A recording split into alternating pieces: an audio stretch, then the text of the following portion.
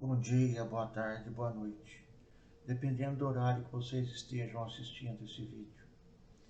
Dando prosseguimento à leitura da coleção Fonte Viva, vamos fazer hoje a leitura da mensagem O Bem é Incansável.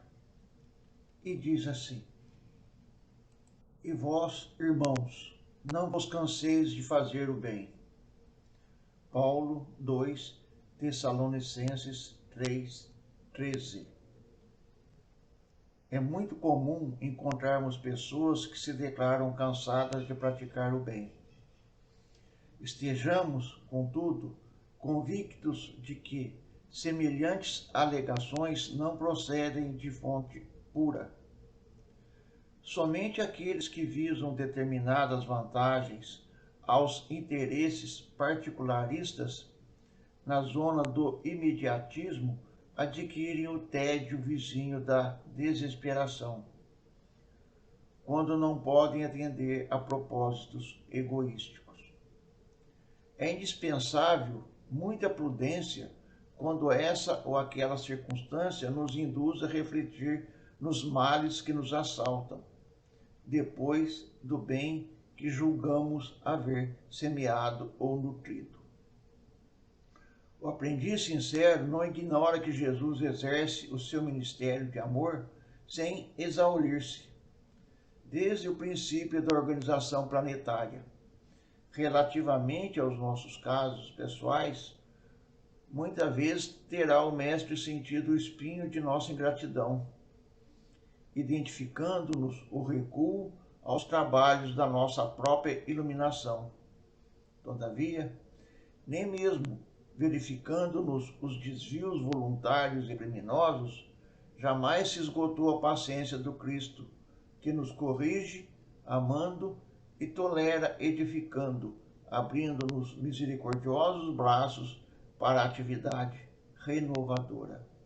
Se ele nos tem suportado e esperado através de tantos séculos, por que não poderemos experimentar de ânimo firme algumas pequenas decepções durante alguns dias? A observação de Paulo aos Tessalonicenses, portanto, é muito justa.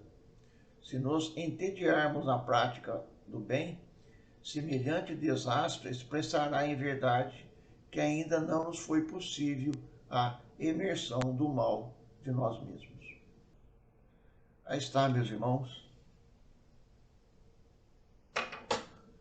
mais um belo ensinamento trazido pelo nosso irmão Francisco Cândido Xavier, ditado pelo Espírito de Emmanuel, para que possamos refletir acerca das palavras de Paulo.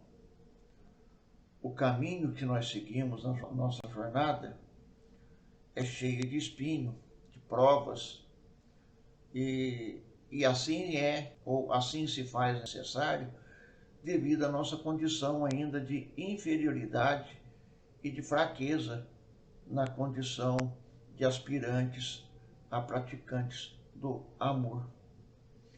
A grande verdade é que nós somos ainda alunos e, como tal, nós vamos errar, vamos aprender, vamos avançar, vamos cair, vamos levantar. E nesse quesito que o nosso irmão Paulo levanta, somos sim muito suscetíveis de achar que temos que ter o retorno daquele bem que nós fizemos, ou pelo menos gratidão. Quando nós fazemos alguma coisa para alguém, nós ficamos esperando um agradecimento, um sinal de alegria, um eu gostei, fiquei feliz. Quando isso não vem, lá no fundinho nós ficamos decepcionados.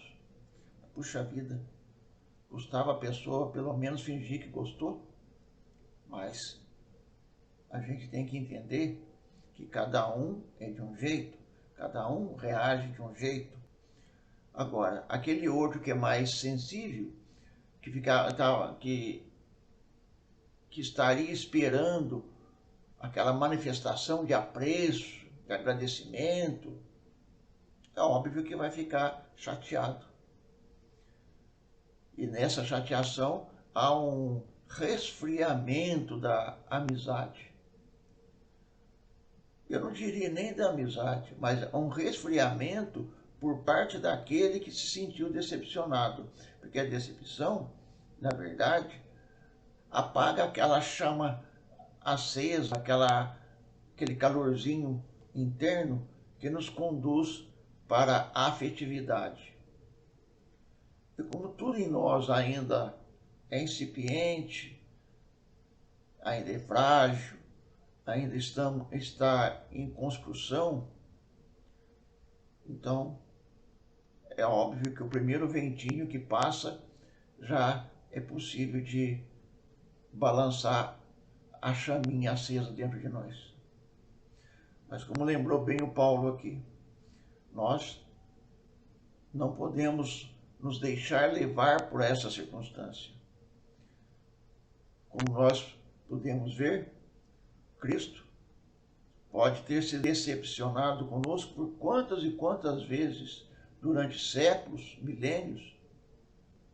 No entanto, ele continua com os braços abertos, nos acolhendo, nos amparando, nos socorrendo, nos amando. Então, se ele é nosso mestre, se ele é o nosso norte, nós devemos segui-lo. Devemos nos inspirar nele para prosseguirmos e compreendermos de que as decepções fazem parte do nosso crescimento, que as necessidades nossas, elas vão muito além de uma simples satisfação daquilo que o outro possa retornar a uma oferenda nossa. Assim, meus irmãos, estejamos conscientes de que o outro vai reagir segundo as suas condições e nós reagimos segundo as nossas condições. Se queremos nos melhorar, se queremos nos transformar, se queremos nos fortalecer, é preciso que nós estejamos sempre conscientes dessa verdade. Porque muitas outras encarnações virão. Se nós não resolvermos essas questões, nós teremos que repassá-las novamente, para que possamos finalmente aprender e viver de uma forma serena e tranquila, mesmo diante das decepções. Porque as decepções não são uma coisa ruim, apesar de ninguém gostar, mas elas nos mostram que nós colocamos muita expectativa em algo que não precisaria colocar. Porque, por exemplo, não colocamos expectativas naquilo que nós podemos fazer. Porque não colocamos alegrias naquilo que nós podemos fazer e não no retorno que vem do outro. Quando eu fico feliz por ter dado alguma coisa, por ter auxiliado em alguma coisa, por ter proporcionado a oportunidade de alguém se realizar, de alguém fazer alguma coisa e crescer, eu devo ficar feliz por isso, independente da reação que venha de lá, se seja uma reação compatível ou não. Sim, meus irmãos, vamos refletir sobre isso. Não podemos deixar de fazer o bem. Não podemos dizer que cansamos de fazer o bem ou que fulano ou ciclano não merece que nós façamos o bem. Porque, em verdade, nós não estamos punindo fulano ou ciclano. Nós estaremos punindo a nós mesmos, fechando-nos para as oportunidades de aprendizado e de crescimento espiritual. Era isso que tínhamos para hoje, meus irmãos.